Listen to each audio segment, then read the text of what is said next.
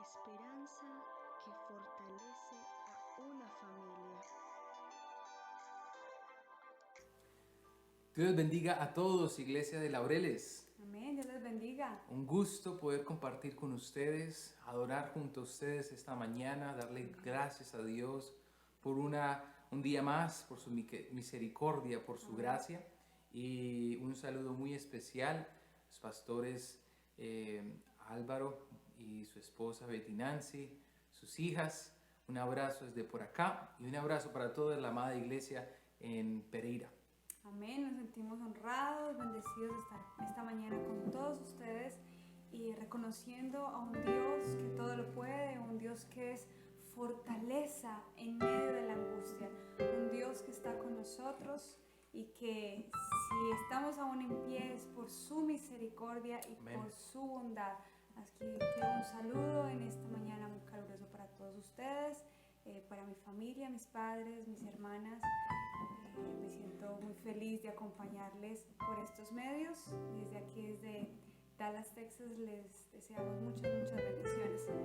Vamos a adorar esta mañana juntos al que todo se lo merece.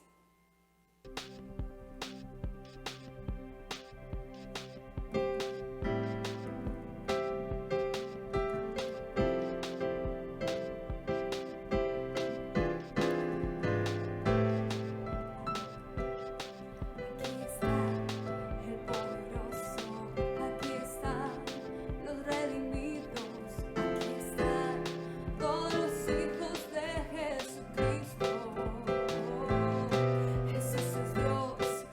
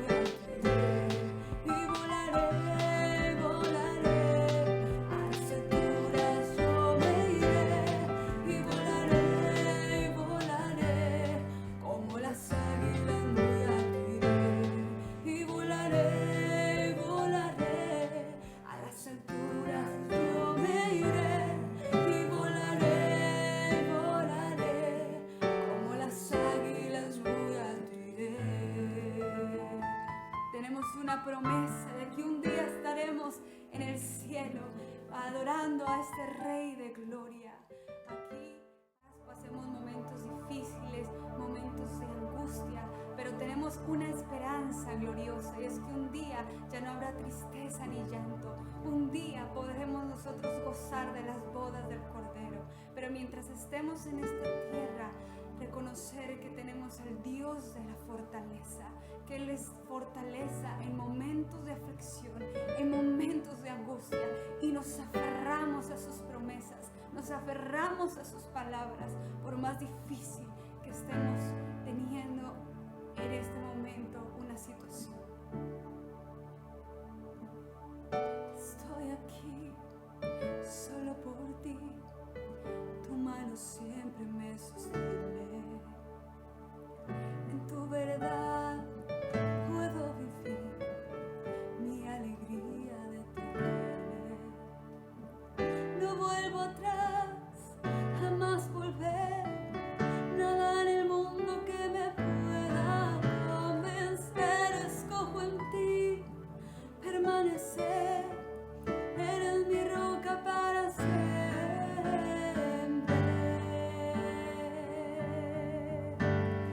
Eres fortaleza en el día de la angustia, eres tierra firme cuando el mundo se derrumba, eres quien sustenta toda mi esperanza, eres agua viva, me llena el alma, tú eres Dios eterno, el que nunca cambia, tú lo llenas todo con tu gloria santa, eres invencible en todas tus batallas, la palabra viva que hoy me quebranta.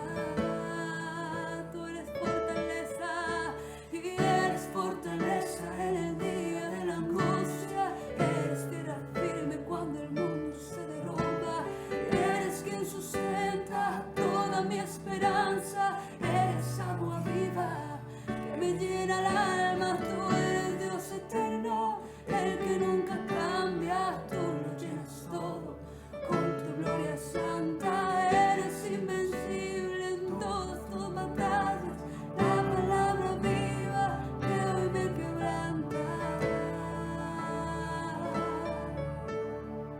Estoy aquí solo por ti, tu mano siempre me sostiene. En tu verdad puedo vivir, mi alegría de tener. No vuelvo atrás, jamás volver, nada en el mundo que me pueda convencer. Escojo en ti permanecer, eres mi roca para siempre. Alguien que le diga esta mañana, eres fortaleza en el día de la angustia, eres tierra firme cuando el mundo se derrumba, eres quien sustenta toda mi esperanza, eres agua viva que me llena el alma, tú eres Dios eterno, el que nunca cambia, tú lo llenas todo con tu gloria santa, eres invencible en todas tus batallas, la palabra viva que hoy me quebranta. Oh Jesús, tú eres fortaleza y eres fortaleza en el día de la angustia, eres tierra firme cuando el mundo se derrumba, eres quien sustenta Toda mi esperanza, tú eres agua viva que me llena el alma, tú eres Dios eterno, el que nunca cambia, tú lo llenas todo con tu gloria santa, eres invencible en todas tus batallas, la palabra viva que hoy me quebranta.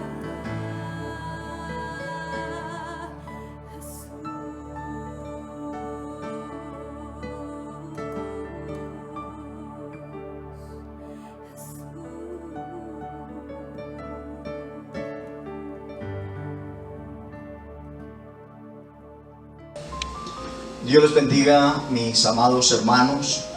Presento mi saludo cordial en el nombre del Señor Jesús en esta mañana.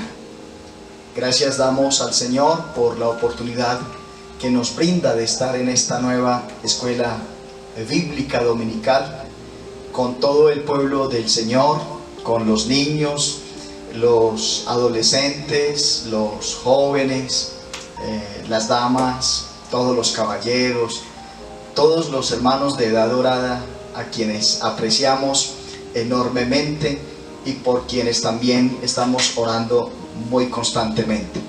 Presento esta mañana un saludo muy especial a la hermana Esneda, a sus hijos, a toda la familia que han tenido una valiosa pérdida como la ha tenido la Iglesia del Señor en Laureles, como fue precisamente la partida de nuestro hermano Rigoberto. A ustedes queremos manifestarles nuestro aprecio, nuestra solidaridad, nuestras condolencias, y como le hemos expresado en varias ocasiones, sabemos que el Padre de consolación, el Dios de paz, llenará sus vidas, y seguro que durante este duelo que esta familia tendrá, el Señor manifestará su amor infinito. Así que esta familia queremos hoy ponerla en la presencia del Señor, y por eso quiero muy especialmente, al iniciar esta programación, invitar al pueblo del Señor a expresar a través de una oración y encomendar a esta familia. Pido a todos mis amados hermanos, a quienes hoy les estamos extendiendo esta palabra de reconocimiento a que solo Dios puede ayudar a sus hijos. Soberano Dios y Padre nuestro, tú que eres el dueño de todas las cosas, eres quien sustentas la vida y prefijas el límite y el orden de la habitación de los hombres. Presentamos delante de ti ahora a nuestra hermana Esneda, a sus hijos, a Juan Pablo, a sus nietos, a toda la demás familia, Señor, a los cuales, Señor, encomendamos para que el consuelo que viene de parte tuya, la paz que viene de parte tuya, Señor, sea llenando hoy sus corazones.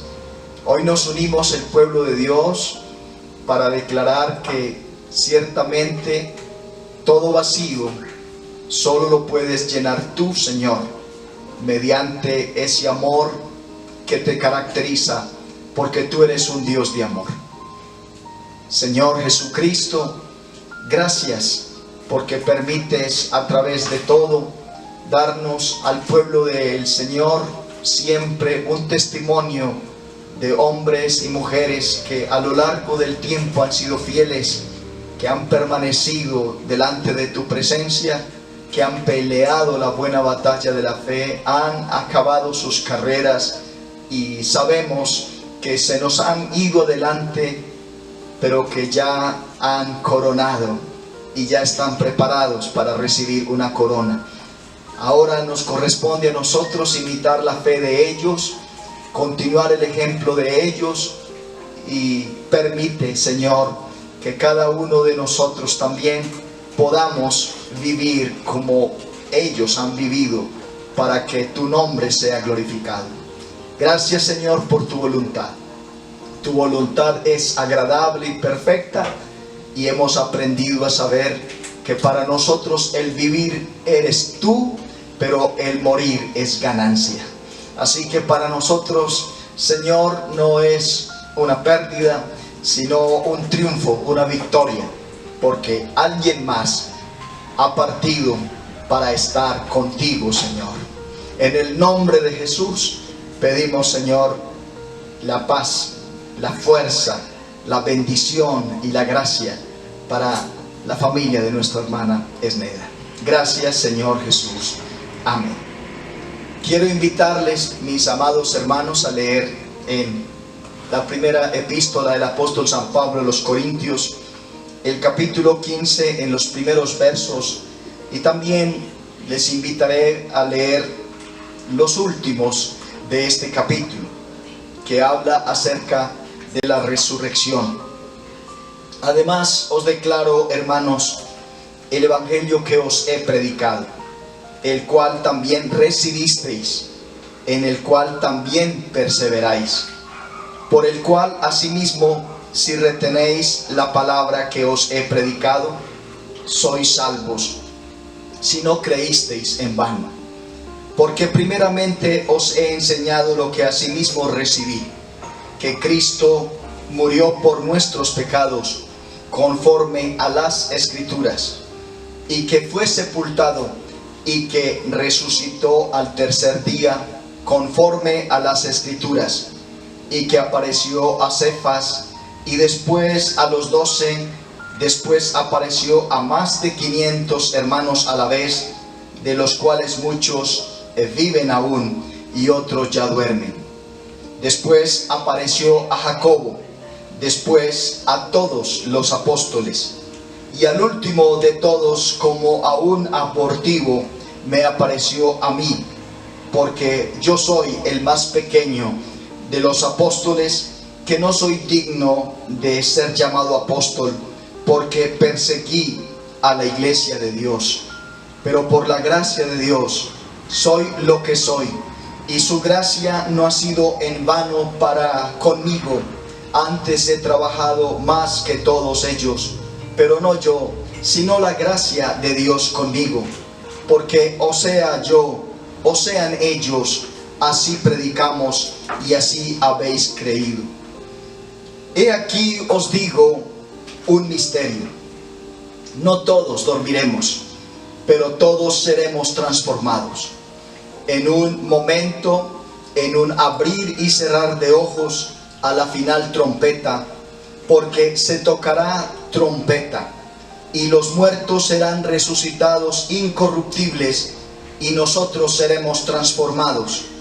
Porque es necesario que esto corruptible se vista de incorrupción, y esto mortal se vista de inmortalidad. Y cuando esto corruptible se haya vestido de incorrupción, y esto mortal se haya vestido de inmortalidad, entonces se cumplirá la palabra que está escrita: sorbida es la muerte en victoria. ¿Dónde está, oh muerte, tu aguijón?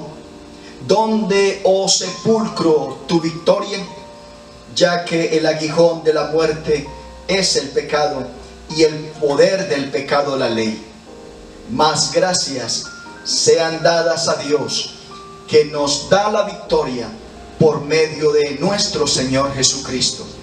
Así que, hermanos míos amados, estad firmes y constantes, creciendo en la obra del Señor siempre, sabiendo que vuestro trabajo en el Señor no es en vano.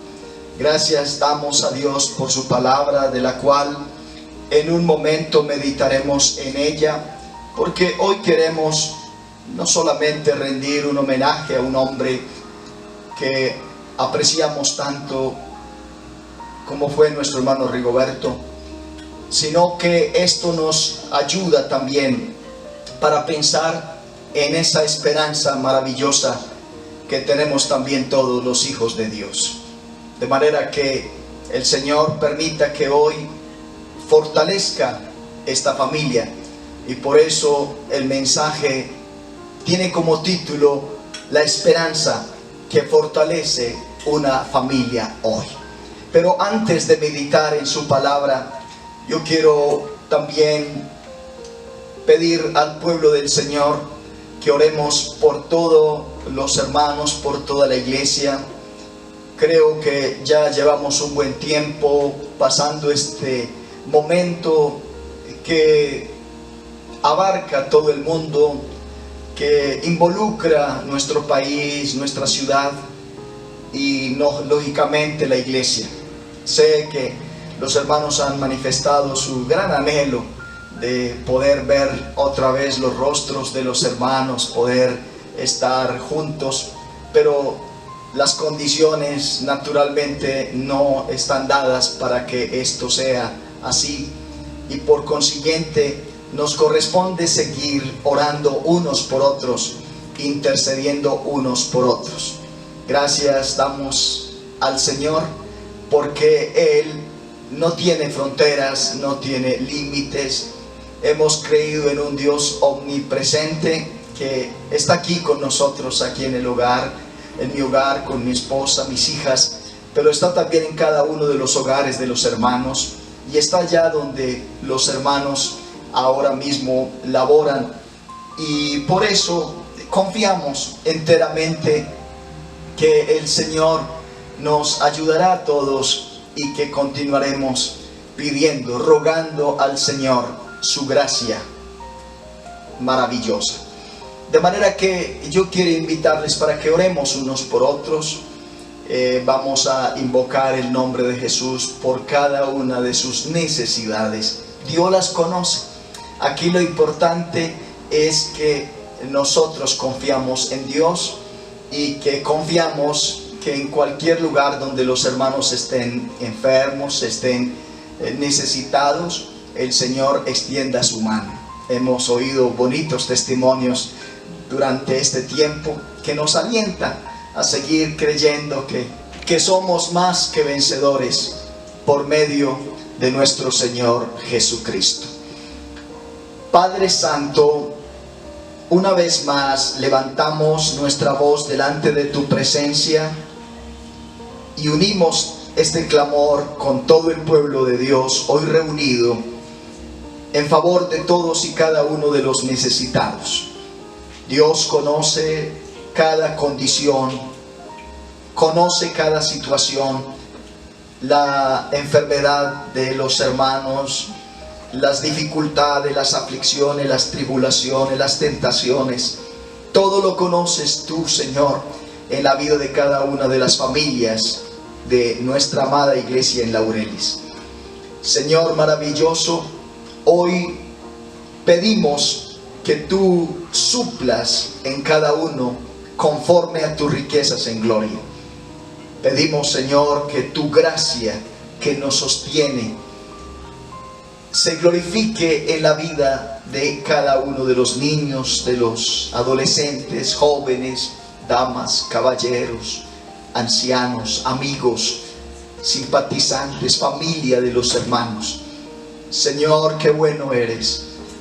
Yo sé que este pueblo ha aprendido a vivir, aún en la dificultad, en la confianza, en la esperanza segura de que tú, Señor, no nos abandonarás, no nos dejarás.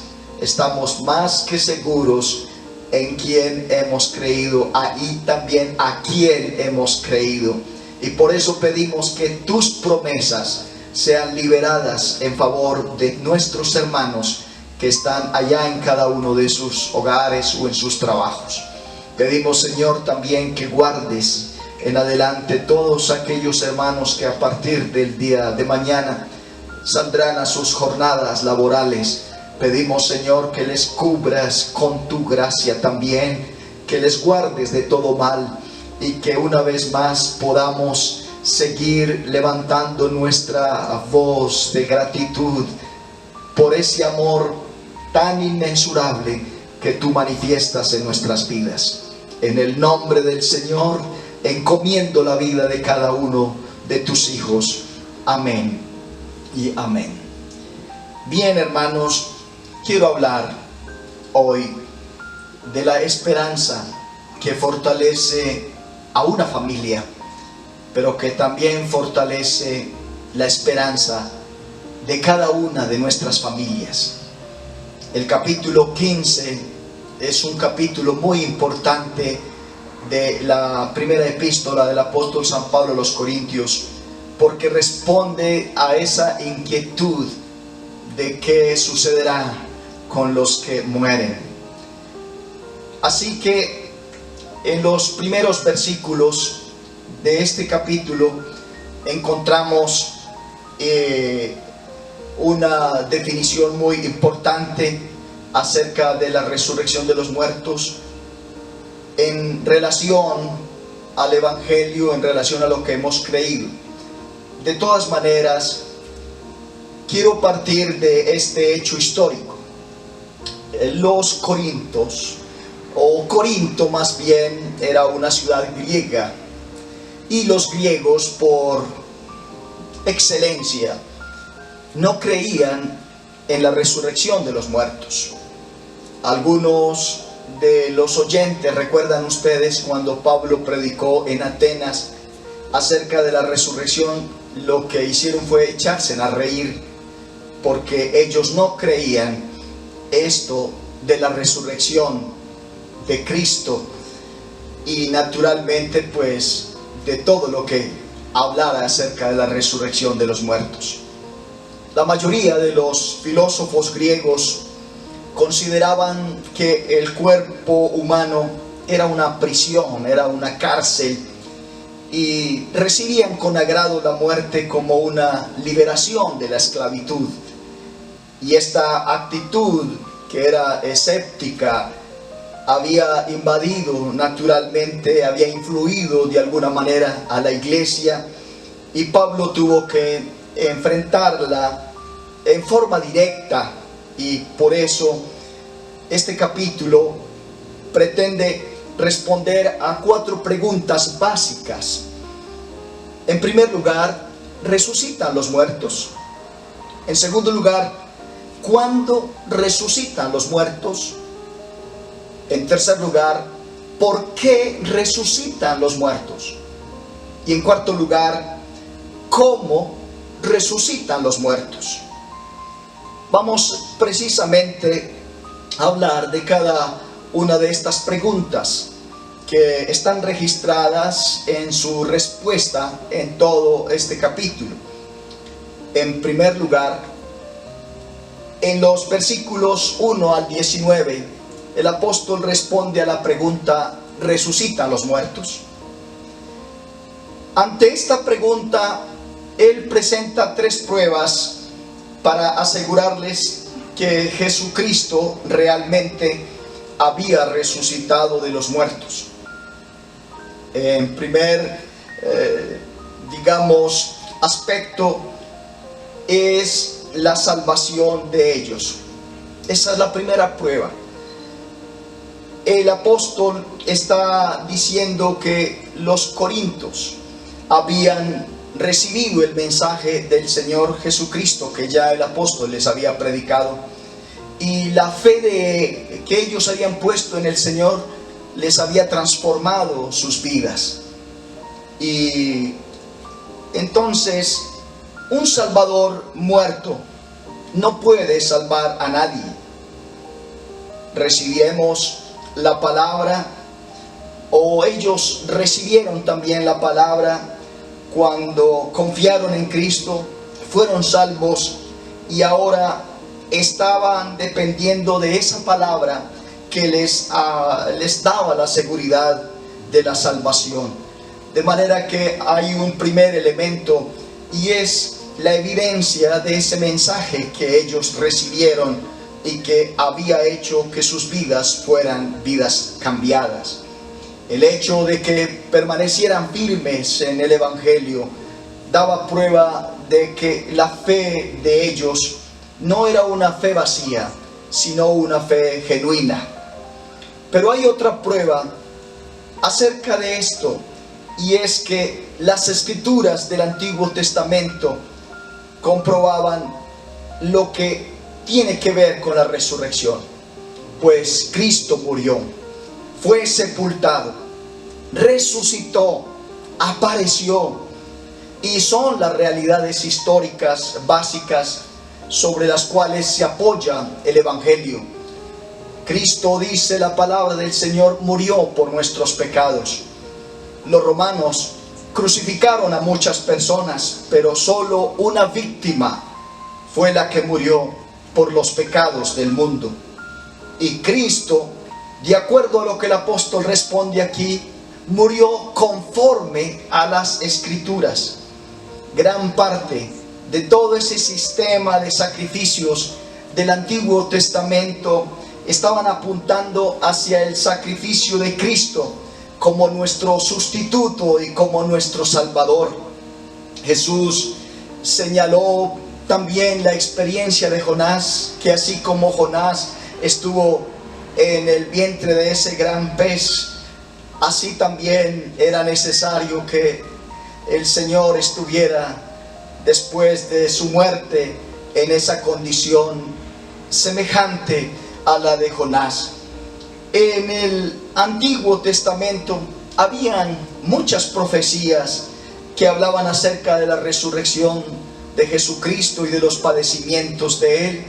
Es mirar, por ejemplo, Isaías capítulo 53 y mirar el Salmo capítulo 22 para darnos cuenta de todas esas profecías que hablaban acerca de la resurrección. En tercer lugar, hay una prueba de la resurrección, y es que hubo testigos. Cristo fue expuesto ante la vista de los incrédulos en la cruz, pero después de la resurrección fue visto por creyentes que podían ser testigos de su resurrección. Pedro lo vio, y lo mismo sucedió con los discípulos en forma colectiva. Santiago era un hermanastro del Señor que se convirtió en creyente después de que el Señor se le apareció. El apóstol habla de que hubo más de 500 hermanos que lo vieron al mismo tiempo. Así que no puede haber sido una alucinación ni un engaño. Pero uno de los mayores testimonios de la resurrección fue el mismo apóstol Pablo, ya que siendo incrédulo estaba completamente convencido de que Jesús había muerto. Y el cambio radical que hubo en su vida, un cambio que le trajo a él esa persecución y ese sufrimiento, es evidencia ineludible de que el Señor había resucitado de los muertos. Pablo aclaró que su salvación era puramente un acto de gracia de Dios, pero esta gracia obraba tanto en él como a través de él mientras servía al Señor. Luego, si estamos de acuerdo en que Jesús resucitó de los muertos, entonces el apóstol dice, deben creer en la resurrección de todos los muertos.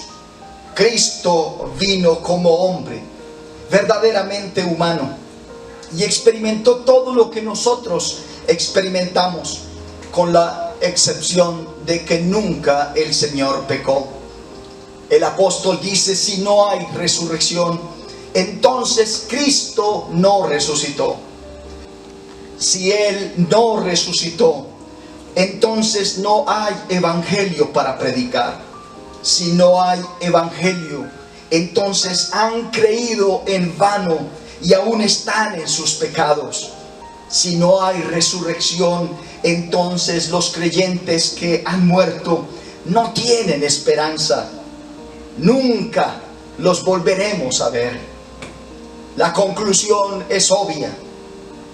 ¿Para qué ser creyentes si lo único que tenemos en la vida es sufrimiento, sin que haya ninguna gloria futura la cual esperar?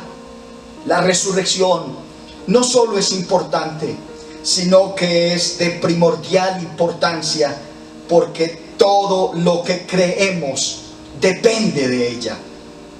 La segunda pregunta que responde el apóstol en los versículos 20 al 28 es: ¿cuándo resucitan los muertos? Pablo utilizó imágenes, específicamente 3 imágenes para responder a esta pregunta. Habló de las primicias. Jesús, como el Cordero de Dios, murió en la Pascua. Y tal como la gavilla de las primicias en el Antiguo Testamento, Él resucitó de los muertos 3 días después del primer día de la semana. Cuando el sacerdote mecía la gavilla de las primicias delante del Señor, esto era señal de que toda la cosecha le pertenecía a Él. La resurrección de Jesús fue la confirmación que Dios nos dio de que nosotros también resucitaremos un día como parte de esa cosecha futura. La muerte es solo un dormir para los creyentes. El cuerpo duerme, pero el alma está ante la presencia del Señor, nos dice Pablo en Filipenses y también en el capítulo 5 de la segunda de Corintios. En la resurrección, el cuerpo será despertado y glorificado. Otra imagen es la de Adán. Pablo vio en Adán un tipo de Jesucristo en sentido de contraste. El primer Adán fue formado de la tierra, pero el postrer Adán, que es Cristo, vino del cielo. El primer Adán desobedeció a Dios e introdujo el pecado y la muerte en el mundo, pero el postrer Adán obedeció y trajo justicia y vida. Cuando Cristo regrese en el aire, llevará a la iglesia al cielo, y en ese momento resucitarán los muertos, a todos los que hayan confiado en Él y hayan muerto en la fe.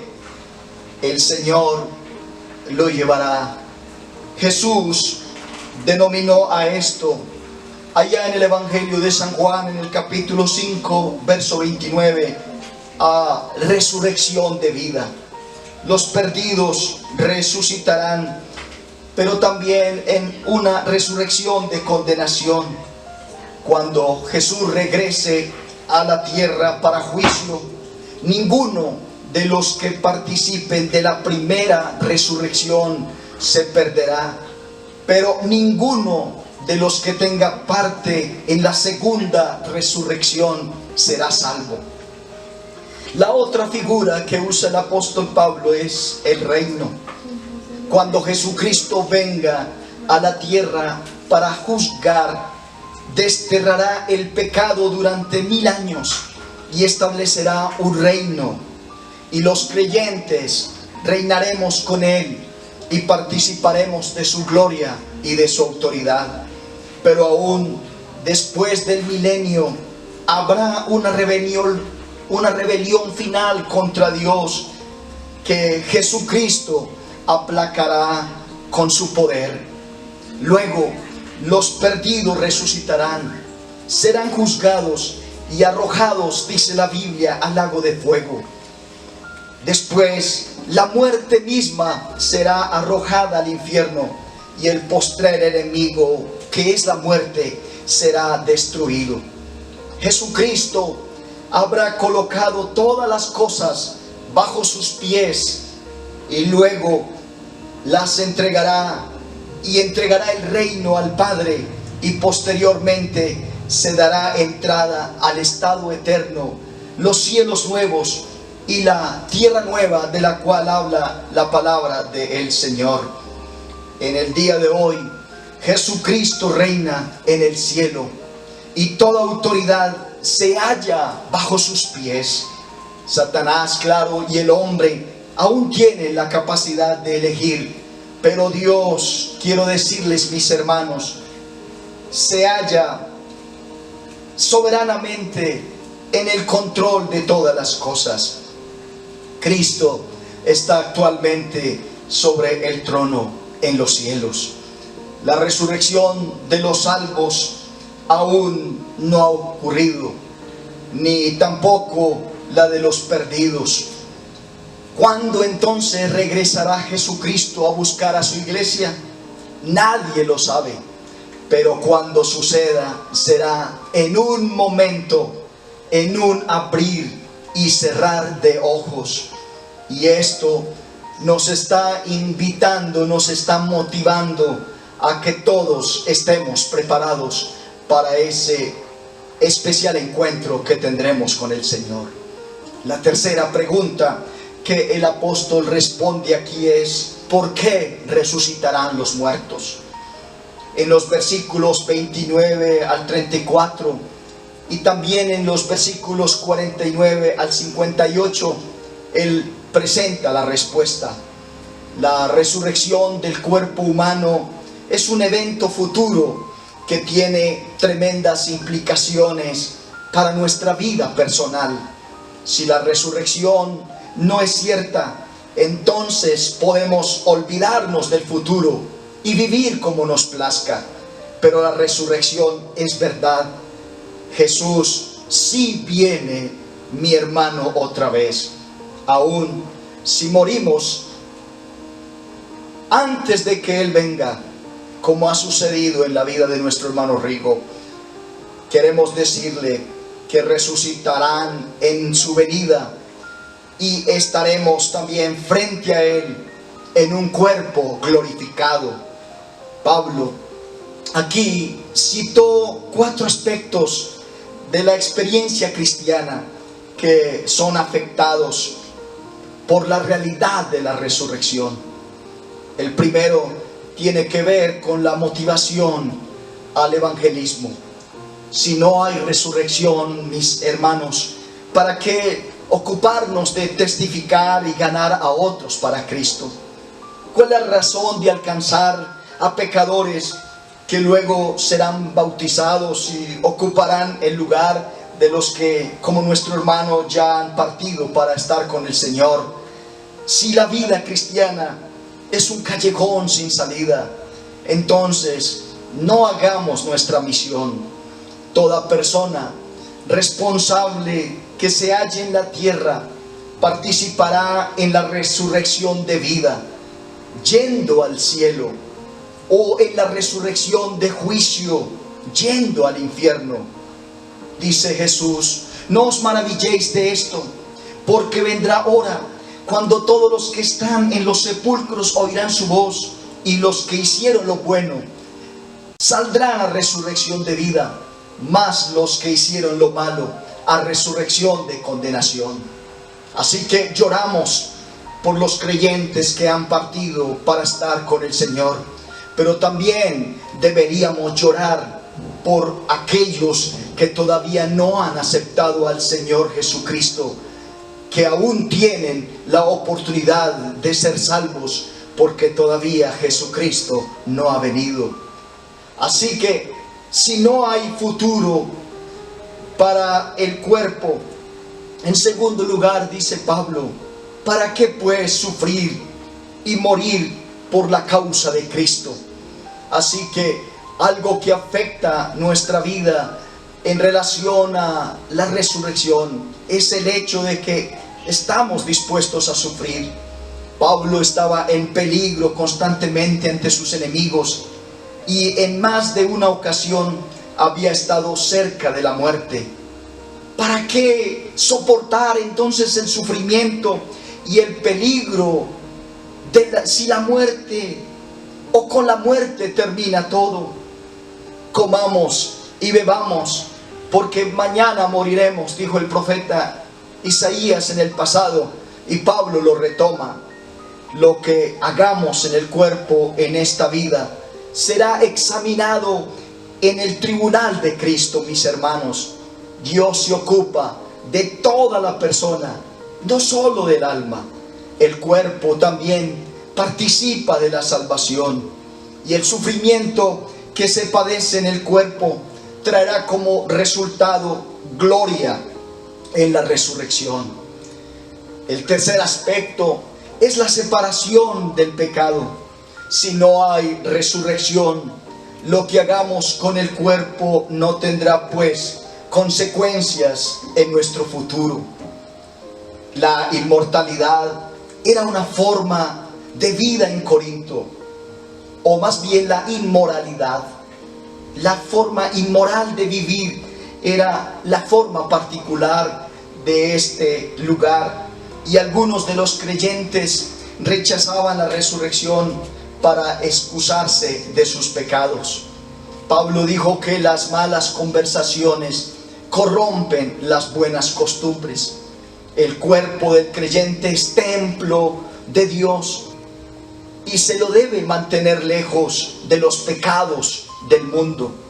Al tener comunión con las obras infructuosas de las tinieblas, lo único que se logra es contaminar el cuerpo que es templo del Espíritu de Dios. Era hora entonces que los corintios se despertaran y se limpiaran. Y el creyente que hace componendas con el pecado no tiene testimonio ante los perdidos que le rodean, aquellos que no conocen a Dios. Qué vergüenza, mis amados hermanos, es vivir egoístamente en el pecado mientras hay multitudes que mueren sin Cristo. Allí, en el cuarto aspecto que toca el apóstol Pablo ante esta pregunta, que habla acerca de las experiencias cristianas que son afectadas, es la muerte. El reino celestial no está hecho para la clase de cuerpo que tenemos ahora. Son un cuerpo de carne y sangre. Así que cuando Jesús regrese, el cuerpo del creyente que está vivo será transformado instantáneamente para ser un cuerpo como el de Él. Y los creyentes que estén muertos resucitarán con un nuevo cuerpo glorificado. Nuestro cuerpo nuevo no estará sujeto al deterioro, a la enfermedad, a los virus, ni a la muerte. Los creyentes tienen victoria en la muerte y sobre la misma. ¿Por qué? Por causa de la victoria de Jesucristo en su propia resurrección. Jesús dijo: porque yo vivo, vosotros también viviréis. Gloria a Dios, qué esperanza tan maravillosa. El pecado, la muerte y la ley van juntos. La ley revela el pecado y la paga del pecado es muerte.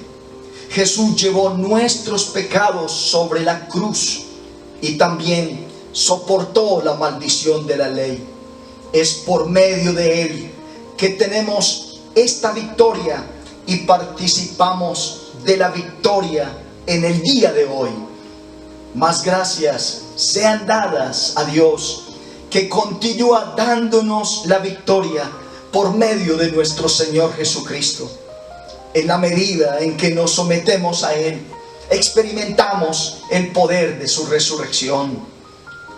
El versículo 58 realmente es un himno de alabanza, es un canto de Pablo acerca precisamente de la victoria que los hijos de Dios tenemos. Por causa de la seguridad de la victoria de Cristo sobre la muerte, sabemos que nunca se perderá o desperdiciará nada de lo que hagamos para Él. Podemos permanecer firmes en el servicio, inconmovibles en el sufrimiento y fervientes en el ministerio hacia los demás, porque sabemos que nuestra labor en el Señor no es en vano. Así que es la respuesta a lo que alguna vez mismo Salomón había dicho, en contraste a lo que él había dicho: todo es vanidad de vanidades, pero en cambio todo en la vida cristiana tiene que ver al final con una vida de victoria, con un cántico de victoria. Finalmente, mis amados hermanos, la cuarta pregunta es: ¿cómo resucitan los muertos? Allí en los versículos 35 al 48 está la respuesta. Los griegos, siendo filósofos, razonaban que la resurrección del cuerpo era algo imposible. Es su pensamiento.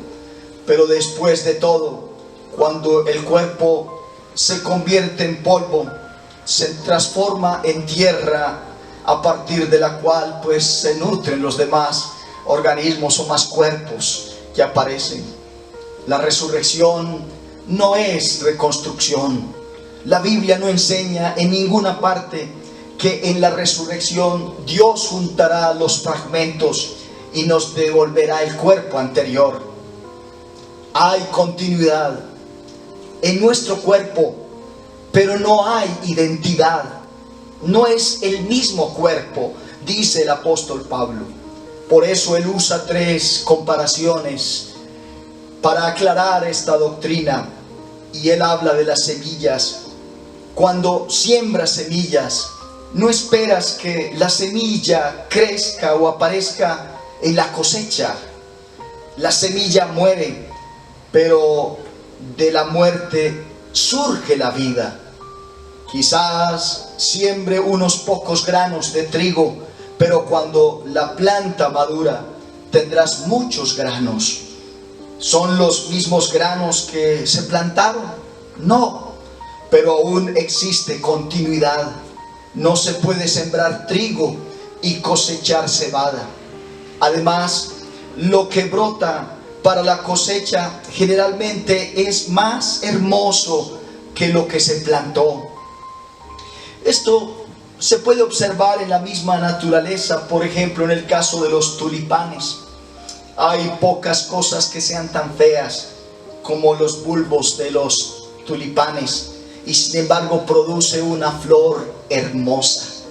Si todo lo que Dios hiciera en la resurrección fuese volver a juntar las piezas, entonces no se mejoraría nada. Más aún, dice Pablo, la sangre y la carne no pueden heredar el reino de Dios.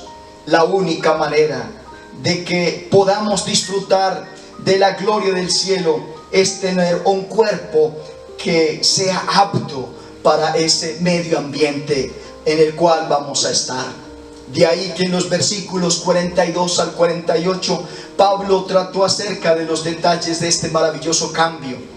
El cuerpo se siembra en la sepultura, en corrupción, porque se corrompe, pero resucitará con una naturaleza que no se puede deteriorar. En el cielo no hay ni deterioro ni muerte. Se sepulta en humillación, pero resucitará en gloria. El cuerpo es débil en la sepultura, pero en la resurrección tiene poder. Seremos como Jesucristo. En la actualidad tenemos un cuerpo natural, es decir, que tenemos un cuerpo apto para este medio ambiente terrenal, y hemos recibido este cuerpo de nuestro primer padre Adán. Él fue formado del polvo y nosotros también, pero el cuerpo resucitado es apto para un medio ambiente espiritual. Jesús podía moverse rápidamente de un lugar a otro y aún atravesar puertas cerradas con su cuerpo resucitado, y al mismo tiempo era capaz de ingerir alimentos, y sus discípulos lo podían tocar y palpar. El concepto que Pablo estaba estableciendo era simplemente este: la resurrección corporal completa la obra de la redención y nos da la imagen del Salvador. En lo que se refiere a la personalidad, somos hechos a la imagen de Dios, pero en lo que hace al cuerpo, somos hechos a la imagen de Adán. Un día tendremos la imagen del Salvador al participar de su gloria. Amén. El versículo 46 declara un principio bíblico importante. Primero es lo animal, lo terrenal, y luego lo espiritual, es decir, lo celestial. El primer nacimiento nos dio ese aspecto natural, pero el segundo nacimiento, el haber nacido de nuevo, nos ha dado a nosotros una forma naturaleza espiritual. Dios rechazó el primer nacimiento, el natural, diciendo: os es necesario nacer de nuevo. Rechazó a Caín y escogió a Abel. Rechazó a Ismael, el primogénito de Abraham, y eligió a Isaac, que había nacido en segundo lugar. Rechazó a Esaú y escogió a Jacob. Si dependemos de nuestro primer nacimiento, entonces seremos condenados para siempre. Pero si experimentamos el nuevo nacimiento, seremos bendecidos para siempre. Gloria al Señor. También el apóstol hace una comparación con la carne. Pablo señaló de antemano aquí el descubrimiento que la ciencia haría de que la estructura celular de las diferentes especies animales es distinta y que por lo tanto no se pueden engendrar diferentes especies indiscriminadamente. El cuerpo humano tiene naturaleza de una clase, en tanto que los animales, los pájaros y los peces tienen su propia especie de carne. La conclusión es esta: si Dios puede hacer diferentes clases de cuerpo para los hombres, los animales, los pájaros y los peces, ¿por qué no nos puede hacer una clase de cuerpo diferente en la resurrección? Los animales, o quienes aman los animales, deben tomar nota que en ningún lugar de la palabra del Señor se habla de la resurrección de ellos. Solamente para nosotros los hombres, para los humanos, para el ser humano, Dios ha dado esa posibilidad. Pablo habla también de cuerpos celestiales y hace una comparación con ellos y dice: no solo hay cuerpos terrenales, sino que también hay cuerpos celestiales, y los mismos difieren entre sí.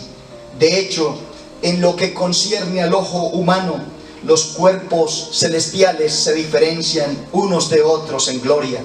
Aquí Pablo está sugiriendo que un creyente puede ser diferente a otro en gloria, aunque todos tengan cuerpos glorificados. En el cielo se llenarán todas las copas, pero algunos serán más grandes que otras debido a la fidelidad y sacrificio que esos santos tuvieron mientras estaban en la tierra. Quizás estas ilustraciones que presenta Pablo pues no respondan a todas las preguntas que tenemos en cuanto a la resurrección de nuestro cuerpo, pero sí nos dan la seguridad de lo que necesitamos saber, y es que Dios nos dará un cuerpo glorificado, apto para la nueva vida en el cielo. La calidad del mismo será más diferente a nuestro cuerpo presente, al igual que la gloria del sol se difiere de un hongo en un sótano. Utilizaremos este cuerpo nuevo para servir y glorificar a Dios por toda la eternidad. Debemos recordar que Pablo no estaba escribiendo todo esto simplemente para satisfacer la curiosidad de los creyentes. Tenía algunos puntos prácticos para establecer y los aclaró muy bien en los versículos 29 al 34. Si realmente creemos en la resurrección del cuerpo, entonces lo utilizaremos para glorificar a Dios en el presente. Finalmente, los perdidos recibirán un cuerpo apropiado para un medio ambiente en el infierno. Sufrirán para siempre en el dolor y la oscuridad, como está establecido allí en la palabra de Dios, especialmente en la segunda de Tesalonicenses, el capítulo 1, el verso 7. Esto nos impulsa a los que somos salvos para que intentemos rescatar a todos los hombres del juicio que vendrá sobre ellos.